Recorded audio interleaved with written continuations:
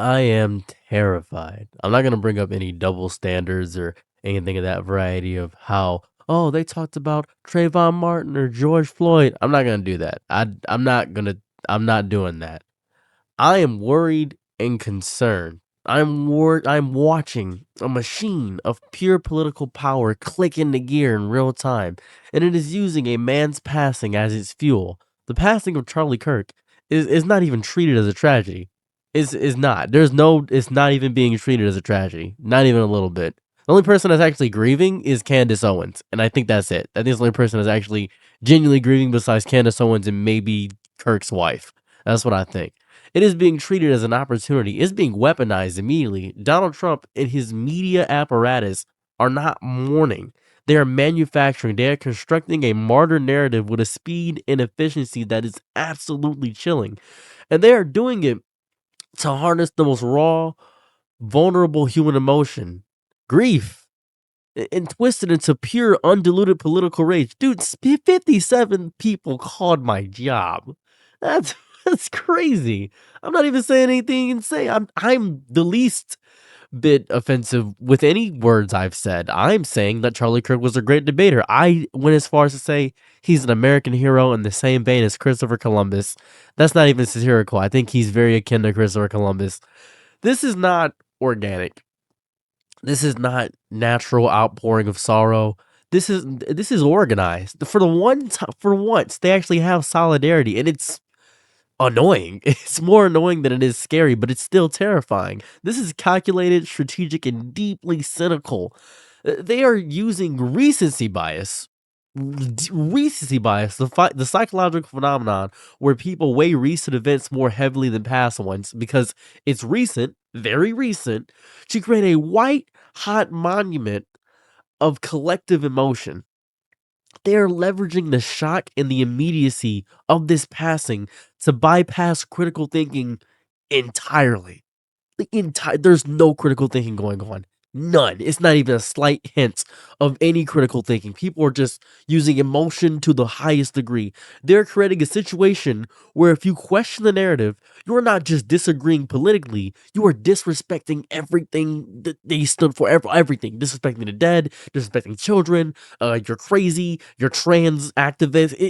If you're not with them, you're not only against them, but they will destroy your life. It's emotional blackmail on a national scale. And it's all being backed by the world's richest man, Elon Musk, who's sharing this over and over again on the world's biggest news website, X, Twitter. And then Donald Trump, who is saying he is going to say I should get rid of MSNBC because the news networks are bad. And people are concerned that they're going to outlaw the Democratic Party. This is crazy. They're building a myth in real time.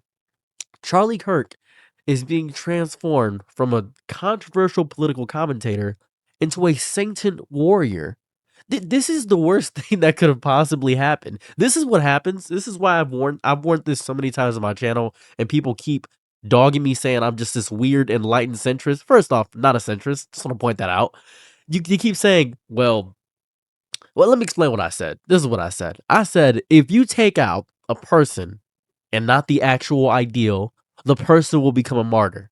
It happens every time. For instance, people hated me because I hated that George Floyd was the martyr.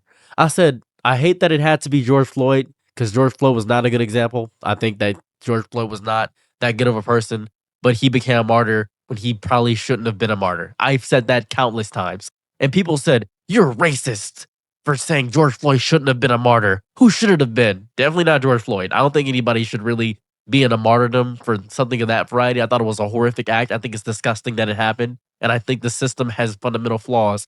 The fact that it had to be shown that way is disgusting. And people were arguing that. They were saying, "Oh, you're racist." And then the other side was saying, "Yeah, he's right because he actually died because he had pre-existing conditions." And I'm like, Audi, I can't make a word edgewise. And that was horrible there. Now that everybody's calmed down, they can finally see the horrors of martyrdom. And now we're seeing it again. This is the same thing that's happening. Oh my God, this is the same thing. He's become a fallen hero in a grand cultural war. His complexities, his controversies, the specific content of his ideas, none of that matters. None of that matters. They have created a perfect, polished symbol. He never did wrong in his life. He's never done anything bad. He's always spoken nice of people. I've never seen this. This is crazy. He is no longer a man. He is a prop. They're using him to push everything. And because it's gonna keep getting pushed, they're gonna use this to push so many laws and to get rid of so much stuff. This is bad. And all they're doing is pushing it on to trans people. They're saying, "Oh, trans people did this." Trans people have no institutional power. Trans people make up 0.8% of the constitution of the population. 0.8% of the population is trans people. That's it. They have no power, no institutional power. They're the very little part of the entirety of America. They don't do anything. They're doing nothing. They're doing nothing. They're just existing. And they're saying, well, now there's 20 trans co-conspirators. It was 1 to 6 to 20. They just keep increasing the number. Oh my God, this is so crazy. It's so stupid. His memory is being used as a blank slate for which upon you can project any agenda, any grievance, any call to arms they want. This is how you build a martyr. You simplify, you sanctify, and you weaponize. And the agenda is terrifyingly clear. This is not about honoring a man's life. This is about creating a unified wave of anger so powerful it can sweep the entire country into a single political party. This is sad. This is scary. They keep saying they killed him. The day is left just deliberately vague and ominously broad. It is the media, the left, the liberals, the woke, the establishment, the deep state. A faceless, monstrous they. They is now every leftist, every liberal, every trans person, every LGBTQ. They might even ban gay marriage. They might just push that. I mark my words. They're gonna go after everything because this is. I've never been so confused. This is so stupid. This is so stupid. The martyr narrative is the perfect vehicle to fuse 1,000 desperate grievances into one blindingly simple, powerfully motivating force, vengeful anger. They're creating a story of persecution, a story that says, look what they did to us. They silence us, they attack us, and now they've taken one of our brightest. He was the nice one. And I'm starting to believe that now. That Charlie Kirk was the nice one. I'm starting to believe that Charlie Kirk was the nice one at this point. This is scary. It's really bad. This story is designed to bind his followers together. It's not. No one cares about the policy. I've discovered that no one cares about policy at all. That is so secondary. This is a cult of personality completely. This is just shared victimhood and a thirst for retribution. What retribution would make? What do you want? I'm willing to negotiate at this point. What do you guys want? You can take my life. You take me. Come on. What do you want? Well, you know what's crazy?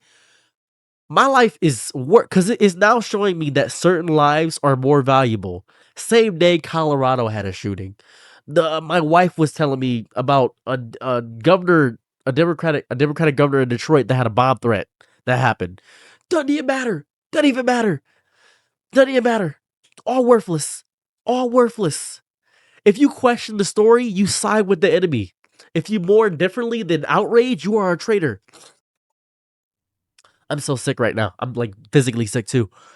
Donald Trump is the master conductor of the orchestra of outrage. He knows how to play the media. He knows how to use a tragedy as a backdrop for his own political resurrection. He will stand at podiums, his face a mask of silent fury. He will not just eulogize Charlie Kirk, he will instrumentalize him.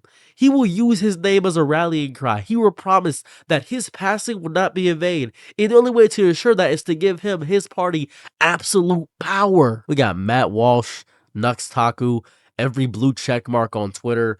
We got all these people just attacking just attacking. They're amplifying it. They're not journalists. They're not journalists.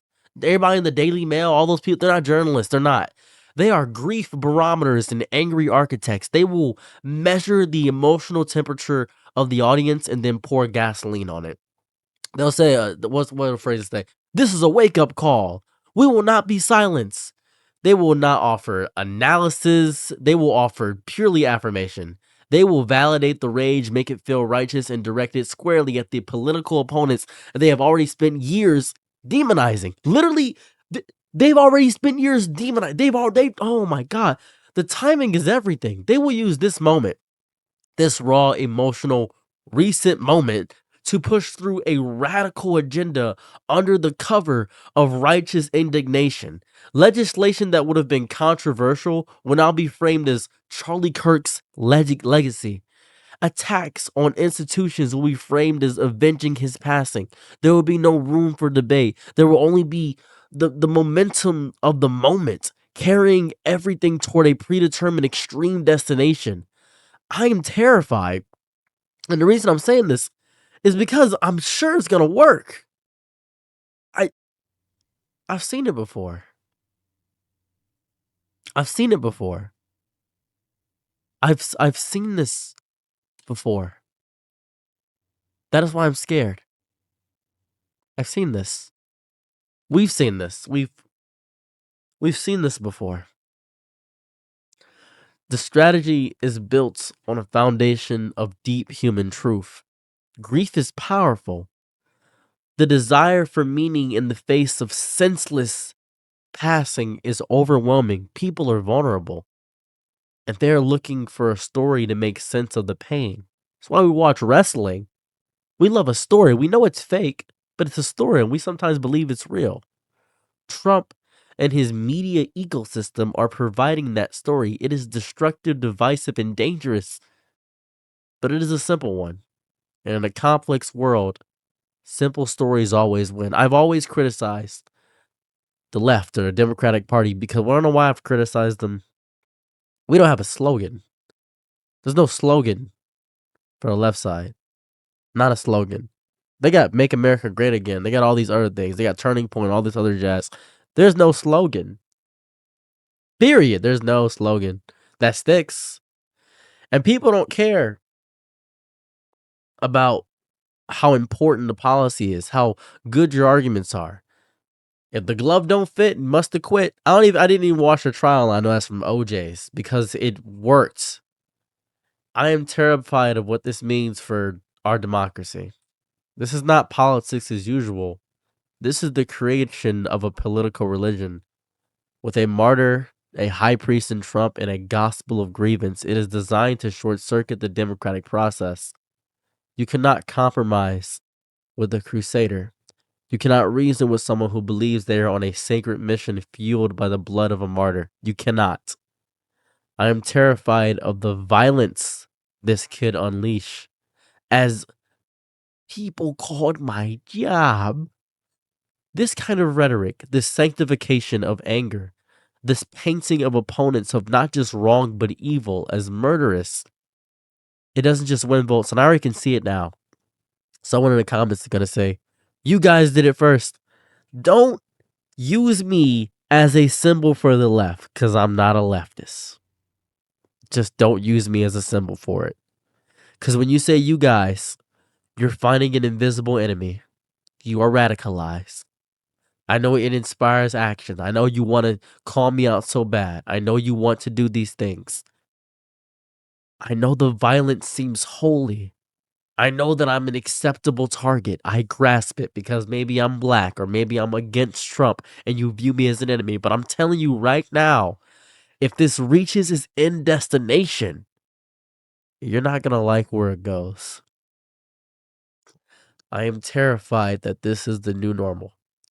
And this is how power will be seized from now on. Not through the slow, hard work of persuasion and coalition building, but through the explosive, emotional manipulation of tragedy. Because that's how it always happens. That every death on our side will become a tool, and every period of mourning will become a campaign season. Most of all, I'm terrified that we are losing the ability to see each other as human. In this narrative, Charlie Kirk was not a human being who lived and lost his life. He is a symbol. His opponents are not fellow citizens with different ideas. They are villains in a story. This is the ultimate dehumanization, and it is the prerequisite for every autocracy in history. Period. They're not selling a policy platform. They are selling a war. And America loves war. America is the best at war. Now, we're attacking the wrong 1%, dude. We are attacking the wrong 1%.